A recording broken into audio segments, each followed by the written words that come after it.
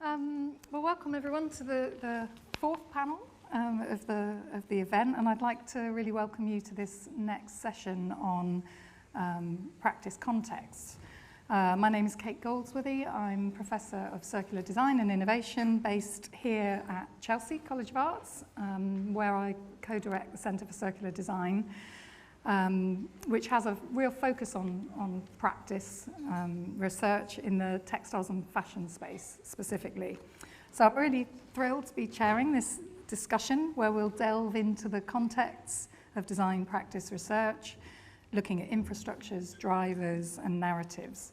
And to welcome our panelists, Professor Guy Julier, Professor Eva Knoots and Dr.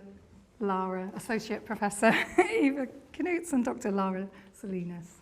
And we'll also have Professor Yoko from Melbourne a little bit later. But I'd like to just delve straight into our first question, if I may. And I'd like to start with you, Guy. You're Professor of Design Leadership and Head of Research in the Department of Design at Aalto University. And your most recent book, Economies of Design, explored the multiple roles of design and specific contexts.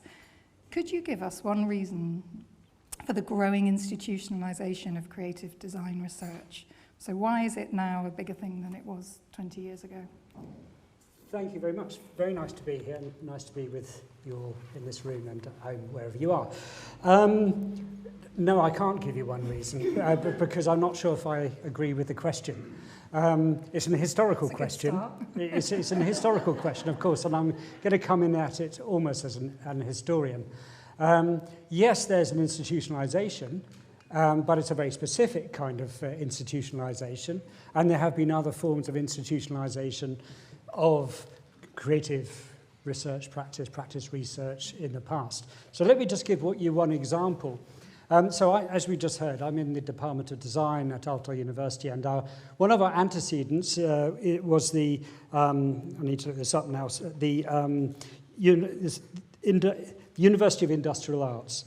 And in 1974, they had 423 students, 200 of which were members of the Socialist Students of Industrial Arts, which was a Marxist-Leninist organization. So nearly half the student body were members of this Marxist-Leninist association.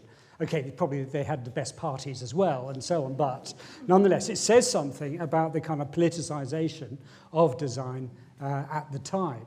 And the kind of work they did, I would say, was practice research, because they were motivated by a desire to move away from a kind of consumer society to thinking about work conditions. So they did loads of research on health and safety in different contexts. They looked into sort of the legal systems, the norms, the management processes, the organizational systems, and all this sort of thing as part of being a designer to then design equipment. Okay, so there was a research practice or practice research going on then. If we then, this is taken, by the way, from a fantastic doctorate by Kaiser Savola. If we look at the UK in the 1970s, you think of the 1976 Design for Need event. It was a massive event at the Royal College of Art, again, very much research-driven event. And a lot of people talk about, oh yes, this was the legacy of Papineck and so on. It was much more important that this came out of the British Society for Social Responsibility in Science. There were other networks going on. So what I want to say here is that maybe it's not a bigger thing now than it has been at other times in history, but more importantly, I think we need to pay real attention to the processes of institutionalization. Okay, so thinking about the sort of policy issues, the economic issues, the social issues, which give rise to certain forms of practice research, certain forms of institutionalization of practice research at different points. Wonderful. Thank you, Guy. Can we go to you next? Yeah, sure. Thank you, Kate, and thank you, Social Design Institute and everyone for organizing this. It's great to be with all of you in person. I'm very, very excited. So I've been thinking about the question very hard, kind of struggling to answer it, and I was wondering what institutions are we referring to? So if we think about the university or higher education institutions, what I think of is validation, is the need of validating it. And it links to the conversation we were having before about design, practice, and design research, and trying to validate the practice, and in validating the practice somewhat, I feel we are separating it. So for example, with all the narratives around knowledge exchange that are trying to validate the practice, but at the same time, I don't know to what extent they are helping. So that's one reflection I wanted to make and maybe talk about later. And then the other one that for me is even more interesting is other institutions that are adopting design research. Because that's very much of what I do in my practice. So when I work with local authorities, what we are trying to do is to really embed design research in there. So when we talk about the institutionalization of design research and design practice, I'm much more interested on how others who are not designers and who are not in the university are approaching it. That's so interesting, that sort of expansion in a way of the institution into different contexts. And Eva, you're an associate professor and co-founder of the social design unit at the University of Southern Denmark, and interested in methodologies of practice-based design research, particularly in relation to social and participatory design and design fiction. Could you also give us your thoughts on that? And also, thank you a lot for being here. That's so great. I also found it a difficult question, but I think that it's because we increasingly want knowledge to be applied. So it's not enough to know something about something. We want knowledge must be put into practice and be implemented in our society, in our hospitals, in our prisons, our homes, and our way of doing family. So in other words, knowledge must make a difference. And I think practice-based design research have something to offer in this regard, both in terms of methodologies, it's often participatory, but also in relation to designing new systems, new services, new strategies, which can contribute to an improvement of the existing.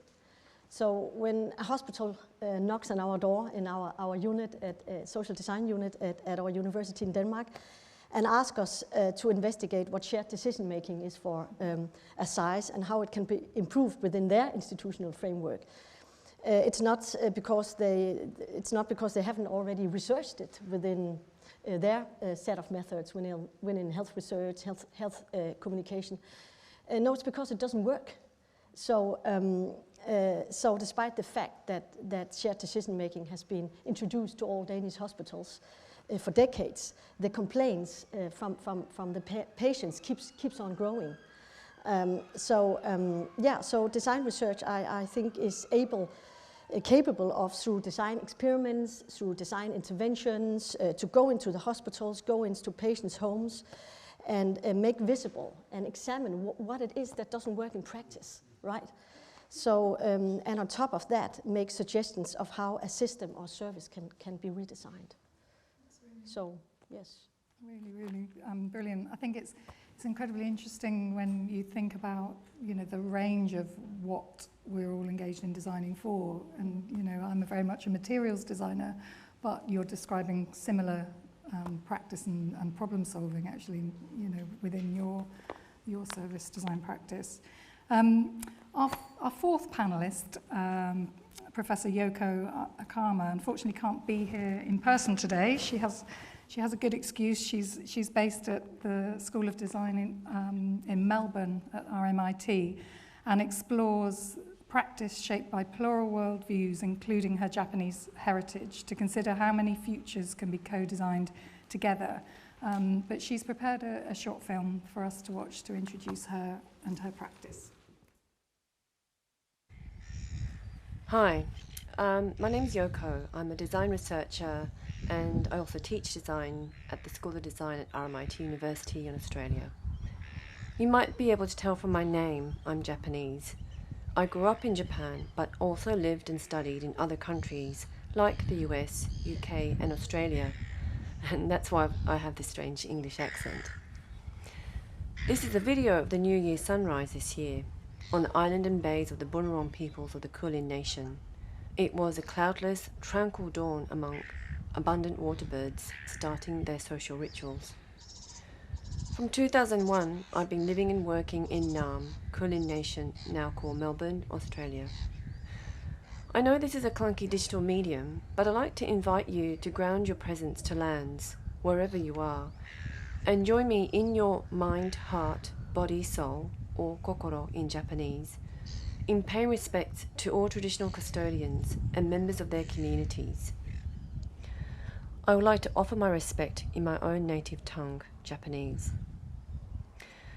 今私が住んでいる土地、クーリンネーションの東部、ウォイウォランとブンウォラン先住民、そしてこの民族の祖先と過去、現在、新しい長老に敬意を示します。アボリジナルとトレス海峡諸島民を最初の住民と認め、統治権を譲渡していないことの宣言。7万5千年以上、この土地で持続されているデザインの知恵とレジリエンスに謝辞を示します。そして日本のアイヌや琉球民族、さまざまな土地の伝統的カストリアンに敬意を示し、感謝の気持ちで始めたいと思います。I'd also like to give gratitude to my ancestors, grandparents and parents, and all beings and non-beings of the lands upon which I have lived and continue to live. I also want to acknowledge the rich cultures and heritage of everyone gathered here, and thank you again for this opportunity to be co-present with you despite the distance. I'm a participatory design researcher, and my practice over many years has been shaped by working with various communities in Asia Pacific in strengthening their assets to tackle a variety of issues, and with Indigenous nations enact their sovereignty and self-determination. The lengthy introduction that I just gave reflects pre-existing entanglements with lands, ancestors, beings and teachings, which is important to my learning and collaborative research. I hope to address the focus of this panel on logics, histories, institutions, inequalities and locations through videos I've compiled to obliquely evoke onto epistemes that are important in my practice. This aims to elevate our collective consciousness about structures and systems of dominance that continues to ignore and erode plural ways of being, knowing and becoming with many in design and research. This is a symptom of whiteness that arrays worldviews and ontologies that are deemed not to matter for not being generalizable theory or methodology and not fitting pre-established structures of validation. With a long-term co-author and respected friend, Professor Anne Light, we wrote a paper to share our highly idiosyncratic practices in participatory design, pushing against disciplinary and ideological standards for what participation should be. We emphasized our differing personal histories, commitments, and conditions of collaborative work that drive our practices. For me, this also includes the importance of spirituality, relationships with more than humans, and altered states of being like mindfulness and transcendence. These are part of my being and my practice, so why would I scrub them out? This paper was initially rejected. There is constant labour to legitimize an evidence in a frame of reference and written English that reviewers, editors, readers and audiences in design would deem as valid knowledge. Our paper was eventually accepted after significant rewrite, but this is a constant reminder of the barriers and challenges in practice research and the work we must continue to create conditions for plurality to flourish. In closing, I like to leave with prompts for discussion, like what is taught or omitted, what is considered knowledge or dismissed, what is visible and promoted, and what is invisible and kept unseen in practice research. By recognizing that we are already entangled, historically, politically, and ontologically, how can we sharpen vigilance in what we choose to participate in and what efforts we need to make to learn as well as unlearn? ご清聴ありがとうございました。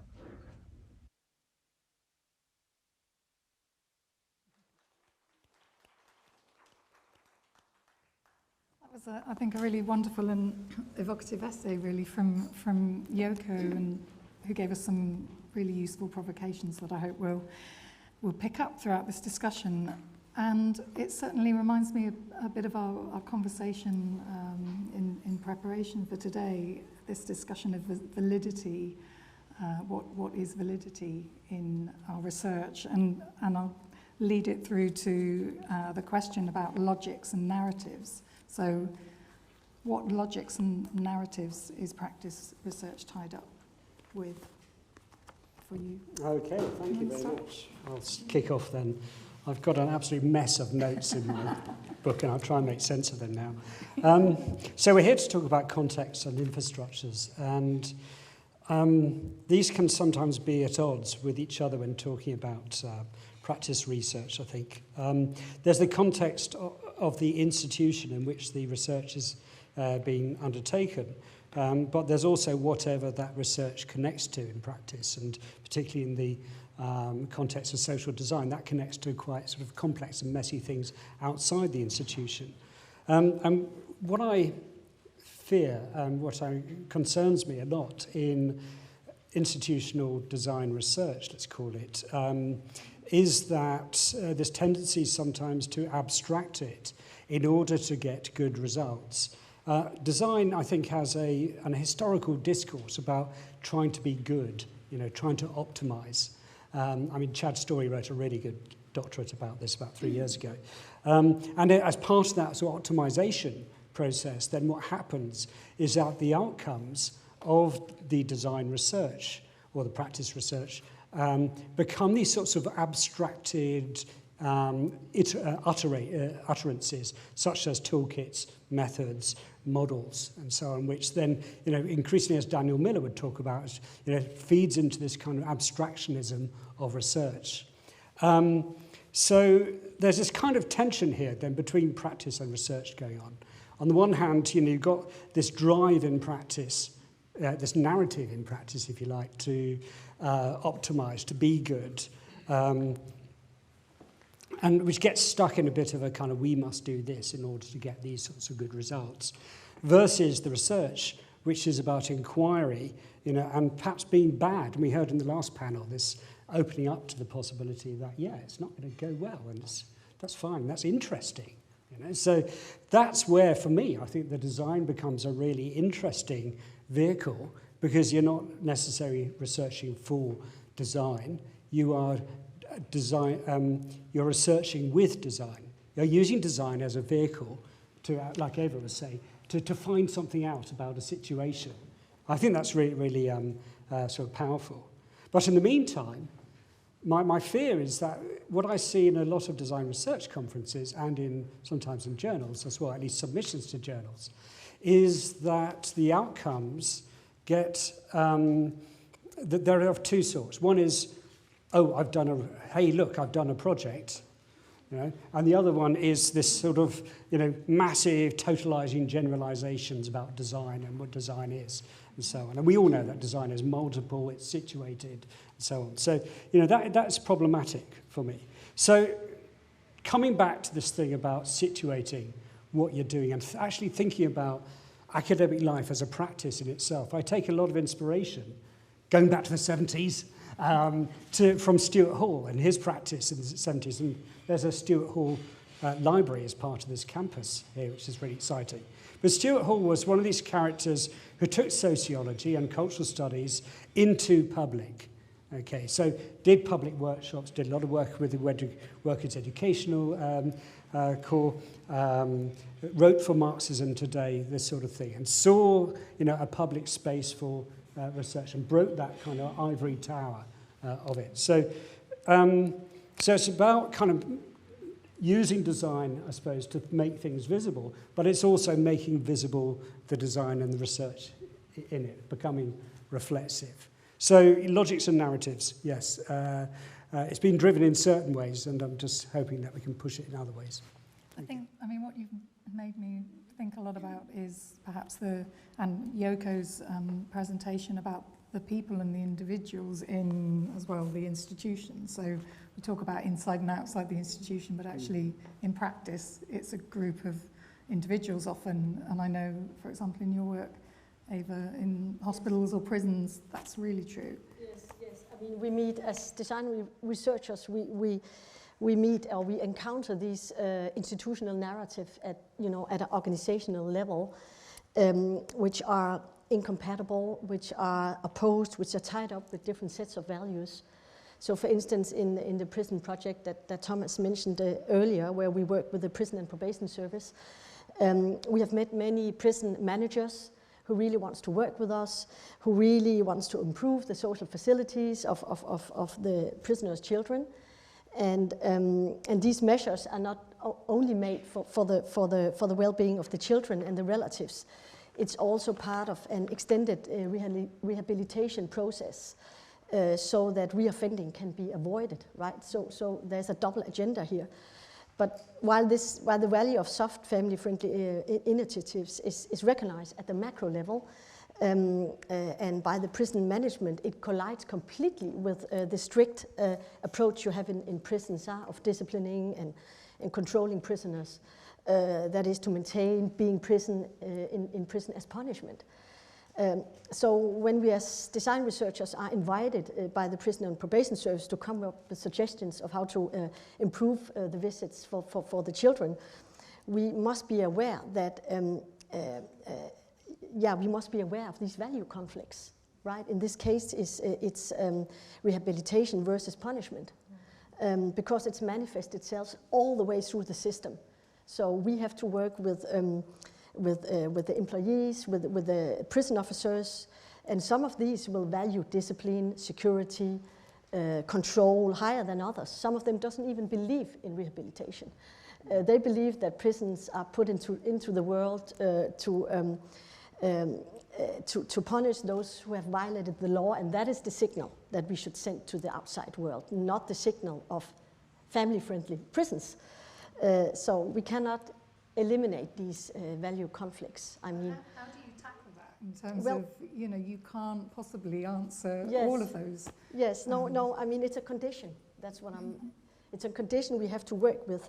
I think the co-design processes are here really important. So we have prison officers, also different kind of prison officers, different kind of fathers, children, family members on board from the start. But yeah, no, it's not easy. Yeah. Does that resonate with you, Lauren, your experience? Yeah, absolutely. So I was thinking when with the question of what narratives are at place. So on the one hand, you have the narrative of the university, right? The university is asking you to do something. Then you have the context of the institutional context and the narratives of where you are applying design. In this case, for example, the local authority. And as a design practitioner and researcher, I need to understand those contexts and those narratives so that I can operate and that they let me play with them. If I don't know how to, I don't know the language, I don't know the conditions, I don't know what's agreeable, I cannot build trust, therefore I cannot work there. So we need to have all of these courses. We need to understand how, as a design researcher, I need to understand about policy making, and I need to understand about local governance. But then something that's very interesting for me, and I think a lot about, is that as a social designer, the narratives that are coming up. And you need public funding to do your research, right? So before it was about aging, now it's about artificial intelligence. Before it was about food poverty, and now after a global health crisis, it's about sustainability, not about food poverty or food security anymore. And I feel deeply uncomfortable, right, with that. And those are the rules of the game in which we are operating.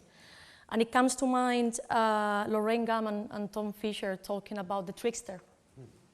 And that's how I believe we negotiate that a little bit, right? So you want to hear that I'm doing knowledge exchange? Okay, I can pitch it as knowledge exchange. You want to hear I'm doing research? I can pitch it as research, or I can bring it to the classroom. So you're talking almost like a Trojan horse of... And I believe that's very much what we do and what we're required to do, is to be able to speak all these different institutional languages, to be aware of all these different narratives so that we can find our way. Mm-hmm. And is that about, I suppose, just the constructs and the restraints put on your research? It's just finding ways to break through those, to get to the heart of, what's important. I think I was also thinking, that's part of the game. I was also thinking, and I would, so in addition to that, another thing was that we've been talking about are the multiple accountabilities that we have, right? And when I work with my students and I bring these projects into the classroom, they tend to ask me, who's the client?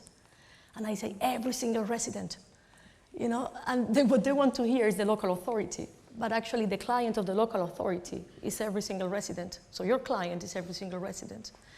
But at the same time, I need you to pitch it in a way that the local officer is going to understand it, you're going to de-risk it, that the politician is going to accept it, etc. So we are always navigating and articulating what we do in a kind of very polyedric way. I mean, that kind of, I suppose, lack of replicability, it's just impossible with such a varied condition that you're describing, those varied narratives. And it made me think when you were mentioning about tools, you know, the tools on their own, they don't exist in a practical way on their own. They need the people around to drive them. And to be able to understand the toolbox and what those tools mean and how to work them. It takes too long sometimes, you know? I mean, I was... Deep research. Yeah, but, you know, I mean, interestingly, I started a project with Armley Prison in Leeds, and the project was meant to be about the inmates. It was actually about the prison officers and the tensions amongst the prison officers and the institutional logics which were keeping certain groups of prison officers against doing really small things. And the governor wanted to put a toaster in the corridor because the toaster in the morning, he said, the smell of coffee and toast is so wonderful in the morning, you know. And that was his sort of cheap as chips, quick, you know, fix for, you know, some really difficult situations there. And the problem was not with the toaster, it was with some of the prison officers who say, oh, yeah, no, people are going to stick their fingers in it. It's a bloody toaster, for God's sake. They're not going to put their fingers in it, you know. So, They shouldn't. Yeah. I think that kind of leads us to the next question around inequalities. So what kind of inequalities and conditions does design practice reproduce, and how can they be addressed? Looking at me, aren't you? Yeah. Probably all of them. Probably all of them. I mean, for me, I think one of the, and I think Katie was talking about this in a way, for me, the real problem which needs to be overcome is the problem of epistemic injustice. Okay, so it's about, you know, people who know their stuff knowing better, okay, than others, okay, which is why most governments, and particularly the UK government, don't like universities at the moment, because the universities actually know a lot better than government. They don't want that to be, you know, exposed. Okay, so okay, fine, we can just say, yeah, they're all bastards. Or we can say, what is it? In some cases, it's a question of understanding the power structures. In other cases, it's just a question of understanding, like we're talking about, the obduracies, the stuff which is getting in their way, you know, of thinking otherwise. And I think that's the real kind of sort of challenge, and that's the sort of real way we can perhaps deal with the constant reproduction of inequalities, you know, and those conditions which lead to inequalities. Deal with the lock-ins, you know, deal with the kind of everyday activities which are reproducing these lock-ins. It's not easy. Would you like to follow up, Ava? Yes, I think there's many inequalities and many unequal conditions in practice-based design research. I could give a lot of examples. We have many blind spots and we meet them all the time. So in the project I mentioned earlier, the prison project, I could have just as well have had examples from the hospital projects. But in this project, we were in a situation where we had to establish a so-called baseline, and this was required from our funding body. So a baseline around the father's relationship with the incarcerated father's relationship with his child and children. And we used a well-known psychometric evaluation instrument, which consisted of a questionnaire. And so we pilot tested this questionnaire first with a small group of incarcerated fathers. The first indication we got that something was completely wrong was that we got one questionnaire back from a father, a 50-year-old man with a son.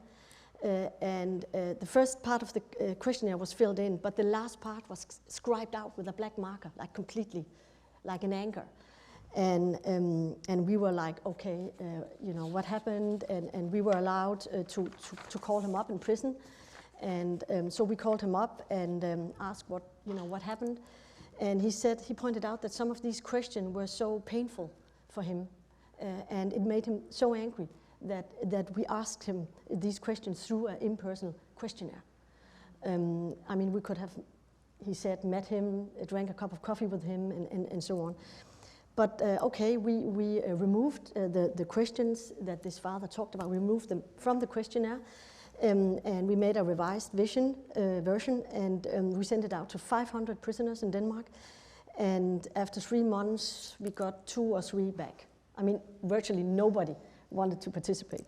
So this questionnaire created an inequality between us, right?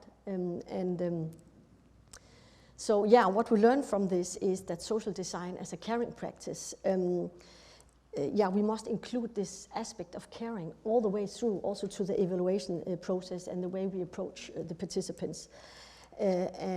We also radically changed the whole approach. We replaced attachment theory. That was the first theory we worked with, and we replaced this with theories of family narratives instead. We gave up the idea of establishing a baseline, and we conducted interviews instead, which was much more in tune with the challenges of these men being inside, us being outside, right? Asking questions about their children. So yeah, that's yeah. It wasn't just the questions that were problematic. It was the form of the questions that you were asking. And it has been up also earlier and also yesterday, the way that funding bodies require certain methodologies of us that actually are against our way of practicing social design, for instance. Do you have any examples, or does that resonate with you, Lauren? Yeah, I think we've been talking a lot, but maybe not enough, also about value. We've been talking about validation and value, and I think it's those value narratives and how different institutions talk about value. And also playing the game of the trickster, talking different narratives. Sometimes it's helpful, you get away with doing it, but sometimes it's actually counterproductive. Because you are reproducing and you're reinforcing certain discourses that you don't agree with. So the right thing would have been to say, we're not doing a questionnaire, right? Yeah. But maybe you couldn't. Yeah. And it's great that the inmate actually refuse to do it, because that gives you a point, right? So our role is also to give these voices. Yeah.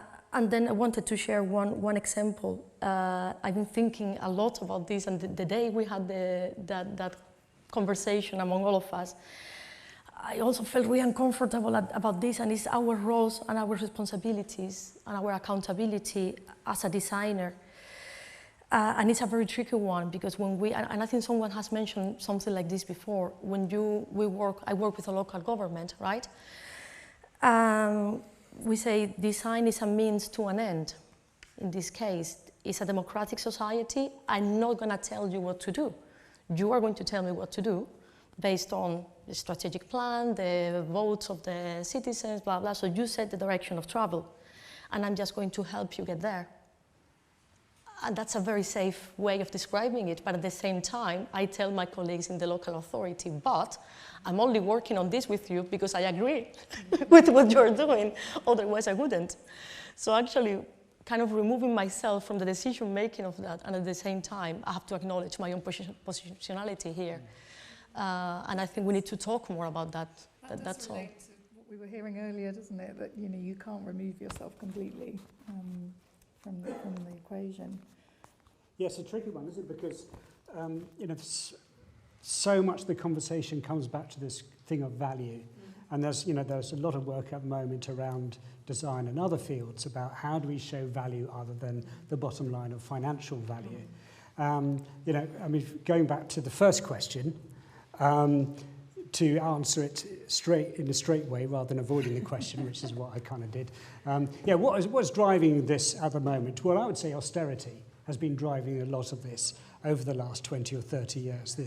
Basically the reduction of public spending has to be met by this idea that, well, therefore we have to redesign public services and welfare and the rest of it. So providing value in some sense as basically a cost-saving exercise. Okay, I mean there's some in the kind of anti-neoliberal lobby, if you like. So let's just stop talking about value, because as soon as you talk about value, you then get into those neoliberal logics, and let's just completely leave that aside and talk about something else. I'm not sure what language then you would start with then, because we're, all goes to show how kind of you can't escape it in a way.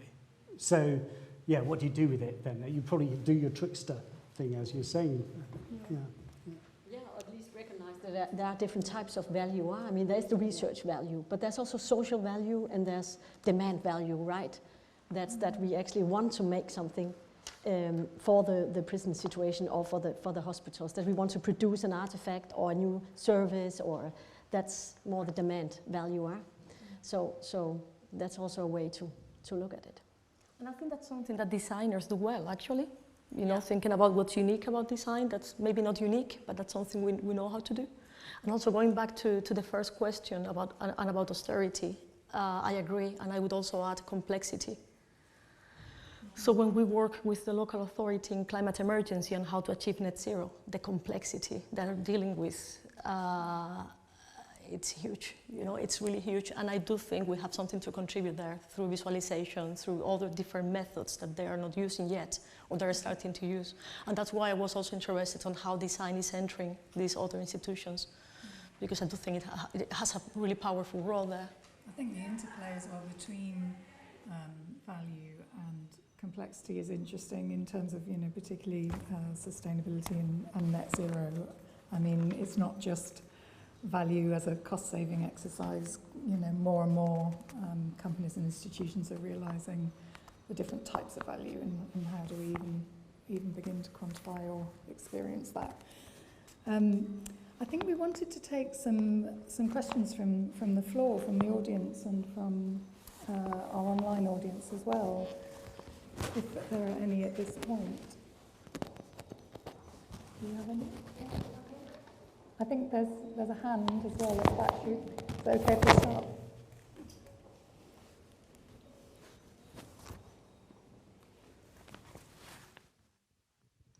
Hiya.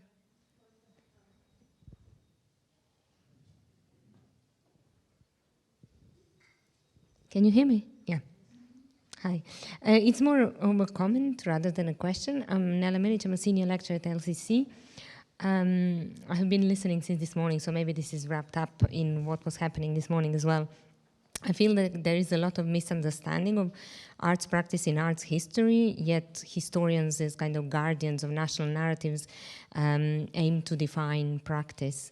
And we in institutions, we do the same. We tend to think that we serve by formalizing ephemeral experiences and practices. We also create assumptions about what art and design practice are, because they kind of lend themselves to our desire for articulation, considering that one is faced with the unknown, which makes us uncomfortable. And if processing it rationally through value that we spoke about just now, it becomes a problem, which is largely Western epistemological positioning, not a problem of practice. And practice is and does not really need us. It is whole and in some sense holy, but it requires focus on sensibility we are proudly removing ourselves from as academics working in an institutional frame. So that's just a comment.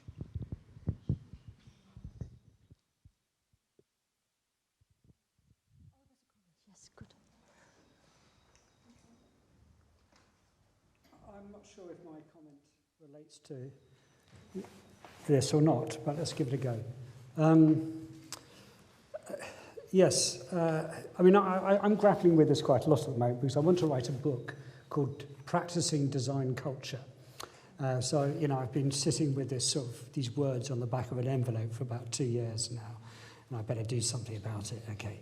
So, what I mean by that is, what do you do as someone who doesn't design stuff, like me, but sort of lives in this and acts and practices in this designerly milieu of sorts, you know, such as we are doing right now, okay? So, okay, one of my get-out clauses on this is to say, well, let's take a really expanded notion of what practice is and think about actually we're practicing in everyday life, we're practicing, you know, in academic institutions. Academic institutions, you know, create structures and infrastructures and so on for certain forms of everyday practice, human practice, material practices, and so on. So that is to think about, in my case, probably being more of a theoretician than a maker of sorts. What do I do with that? How do I kind of get that stuff going such that it has sort of other tractions in the world, you know, other than writing books and articles? I've got to write a book and an article about it to work that one out, you know. But that's a sort of process of trying stuff out and then being in communities of practice to talk about these things, you know. So, yeah. You do have a sort of background in making practice. If I understood everything well from your comment there, but in relation to what you were saying, Guy, I believe the design experiment, the design interventions are at the core, right? And these doesn't have to be making activities. It could also be provocations, other ways, role play. It can take many forms, right? So that's one thing. But as I understood you, or maybe I didn't understand you right, were you kind of worried about that you can't use your design and art practice in when you go into institutions and work with? Is that your worry? I was just making a comment in relation to the kind of setting that we kind of made practice live in right now through this conversation, and institutionalizing it through the work that we are doing, not necessarily helping it out live in the world. So that was all. Okay, good. I'm going to stick to that. I think, did you have a question?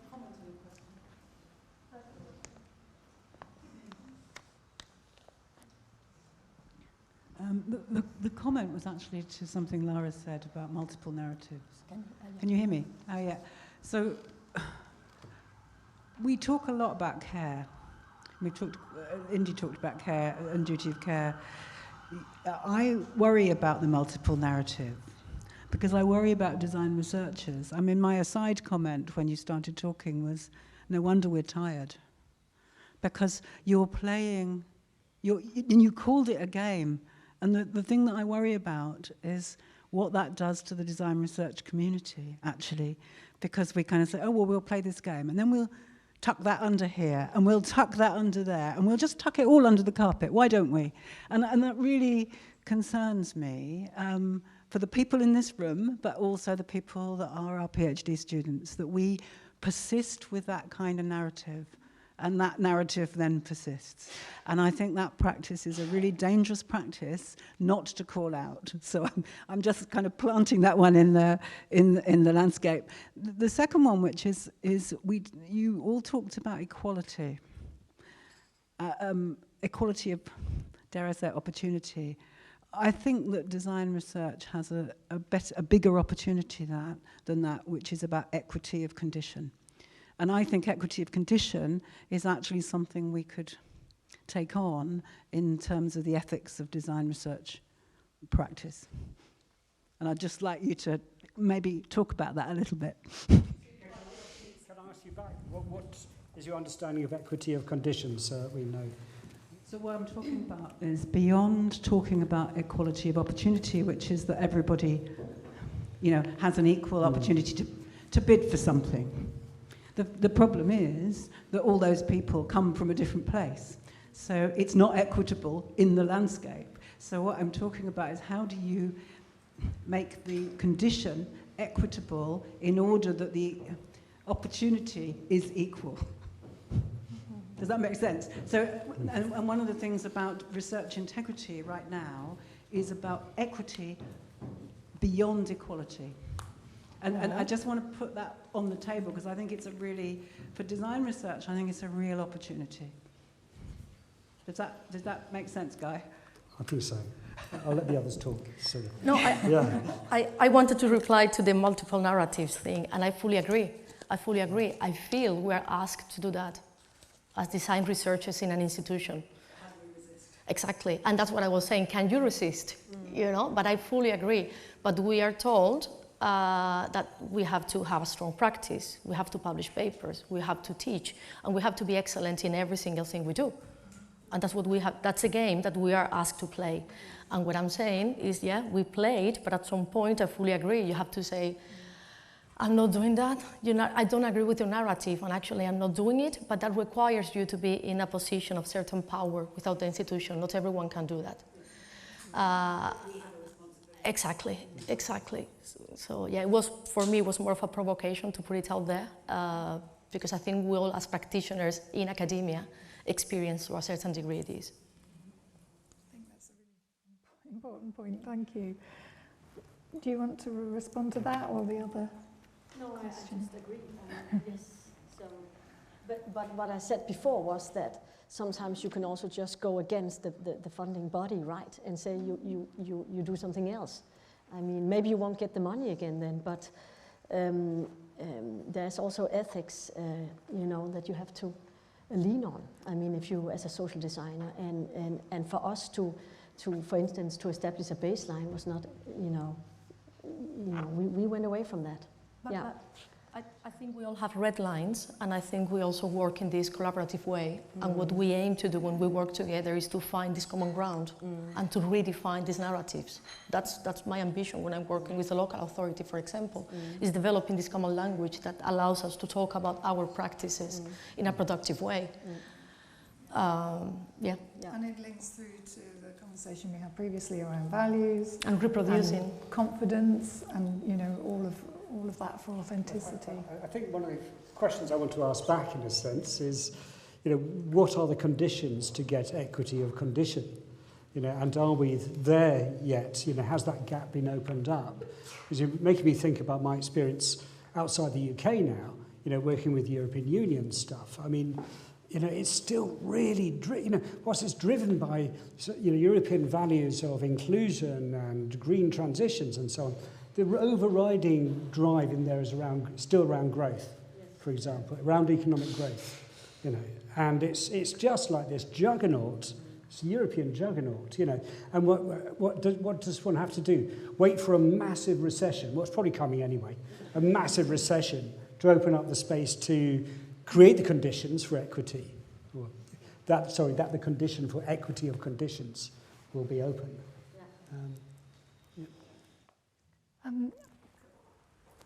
Can I come to Alison first and then online questions? Great. Oh, apologies. 2 more questions. And then So it's Laura Santamaria. I'm associate professor at Cambridge School of Arts. If I can come back to the topic of agendas and funding, I'm interested in how we approach this. There's a tendency for funders and commissioners to be in love with projects that are in making, innovating, bringing forth new things. What about the critical aspects? What about the axis of design that is not the making, as you say, Guy, on this one, that it's, that's got to do with our way of perhaps unearthing what is not said, what is not seen, and bringing voices out, or problematics sometimes that are hidden from view, before we actually launch in thinking what needs to be brought forward.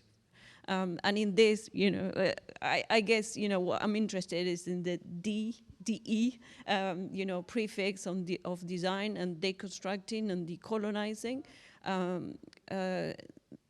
What worries me, I guess, is there is very little traction with funding and commissioning in that space. And this limits actually what we can do as design researchers very much.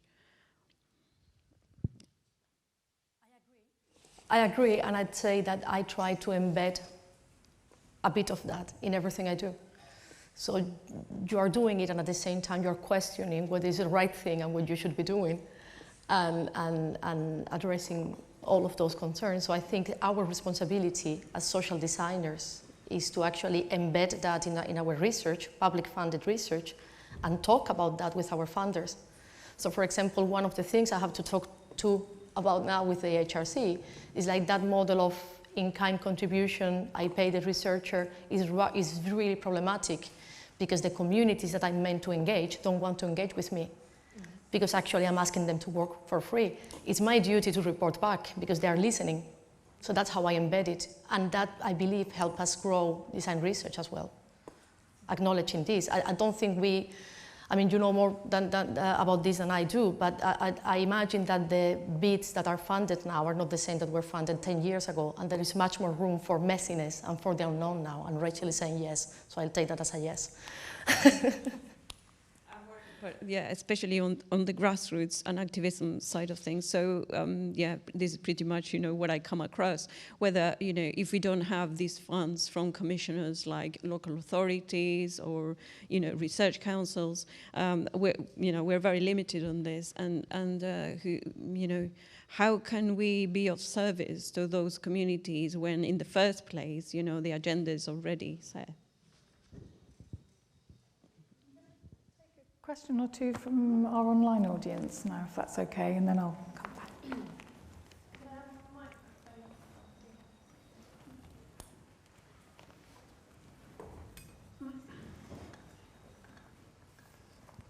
So there's actually 3 questions here, and I think it makes sense to sort of aim one at each of you. And I'm going to paraphrase slightly, so apologies to the people who've written these questions if I slightly misparaphrase.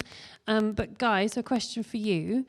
Do you think Aalto benefits more from interdisciplinary collaboration since the University of Art and Design Helsinki changed to Aalto? Do you think there'll be a trend that art and design institutes will combine with other institutions? And would this be a good infrastructure for social design in the future?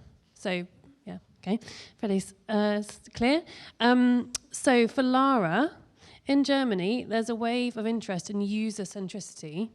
What would you say to governmental agencies and policymakers in order to speed up the transition to multi-stakeholder design? So I guess beyond user centricity. And yeah, so how to argue for sort of beyond user centricity and multi-stakeholder design. And then for Eva, does participatory design practice prototype, or can it prototype more equal ways of doing and being in unequal situations? So is it a mode of practice that you can take into unequal situations to sort of prototype more ways, equal ways of doing and being? And would it be possible to measure that? Okay. Should I do that? Go, right. Okay, nice question about Aalto design. And Aalto University is only 10 years old. And the aim of the university was to bring 3 different universities, a business university, a technological university, and an arts university together, and that they have these sort of seamless crossovers between them. Of course, it takes a long time for these institutions to start talking to each other, having shared infrastructures and the rest of it. I would say that there's 2 things going on here. One is that the funding opportunities in Nordic countries are massive compared with the UK at the moment. So that allows for a lot more possibilities, okay? But we are still subject to the impact metrics, perhaps even more so, in fact. And all that kind of churning out articles, and I can see Brania agreeing there. It's huge pressure. I think being a large department and probably, well, there's only 2 design departments in the country, so in a small country, okay, allows for access with other disciplines, which I think are harder to do in the UK. So, for example, we're part of projects around digital intimacy.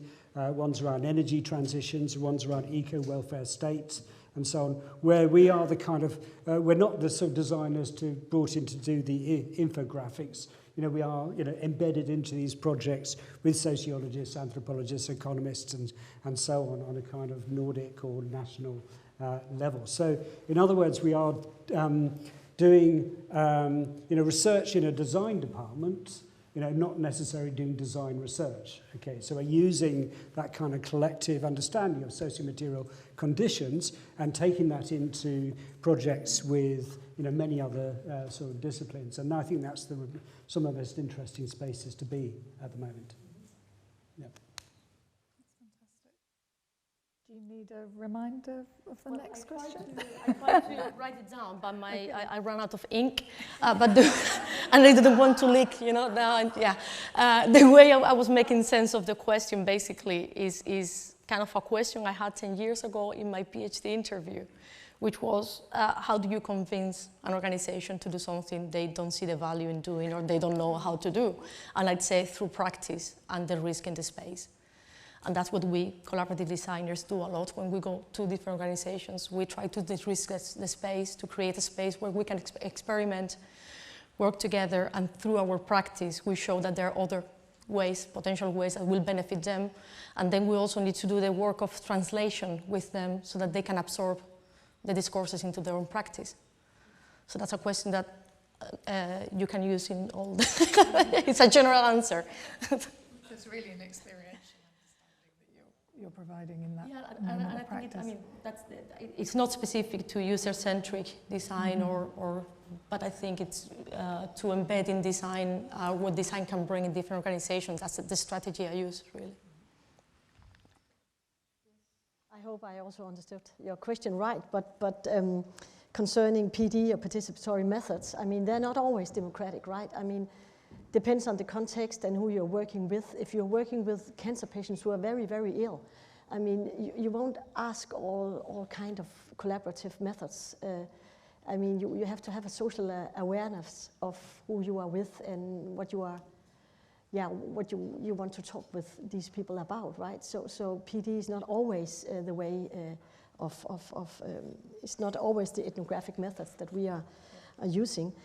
The other question is that of context. I mean, if you go into prison, you cannot bring a pen, a scissor, or I mean, you can bring nothing, and there you have to go and do co-design processes, right? So you really have to be inventive here in how you do it. So so participatory methods are important for social design, but it's not always the way forward. I mean, social awareness is very important. Yeah. The triple question. I think we've got time for one more question, if there was still. Yeah.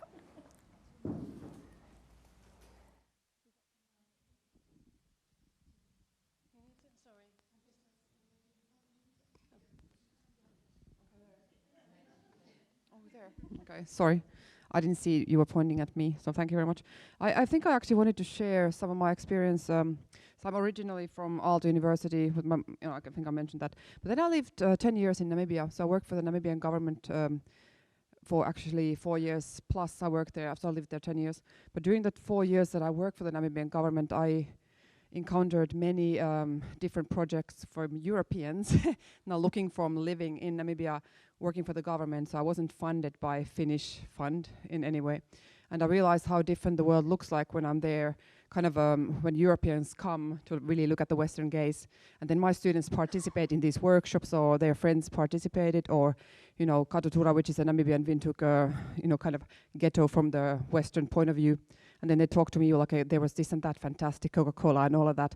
And then I thought to myself, what kind of responses, what kind of design responses, what kind of dialogue actually did happen there? Because that dialogue was for those few days, and how much value was created. And we were talking about value, funding, and the not seen. But what are the benefits of these kind of interactions? And I think when we talk about here the invisible design and kind of working with communities, and the Europeans do have the history still currently doing this. And I'm not saying this in judging or anything, but I'm just trying to look at it from the other side.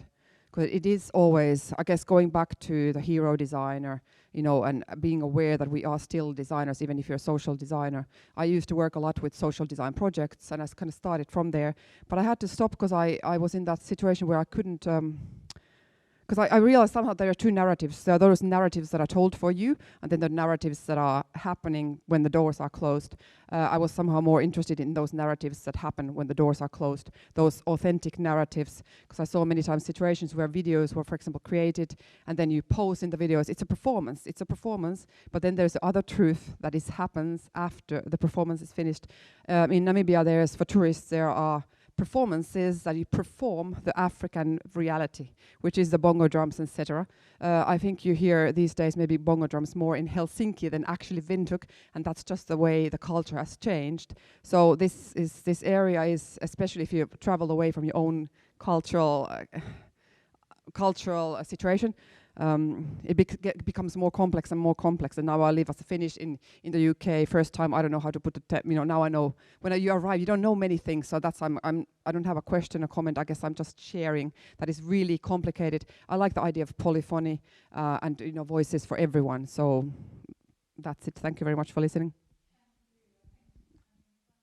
Time, unfortunately, but I think that will take us through the break for sure. And I think that sort of voices for everyone is a really, really nice thing to take away at the end of this. So I just want to say thank you so much for being a fantastic panel, Eva and Lara and Guy. And I think we're having a break now. Is that right? Okay. Thank you.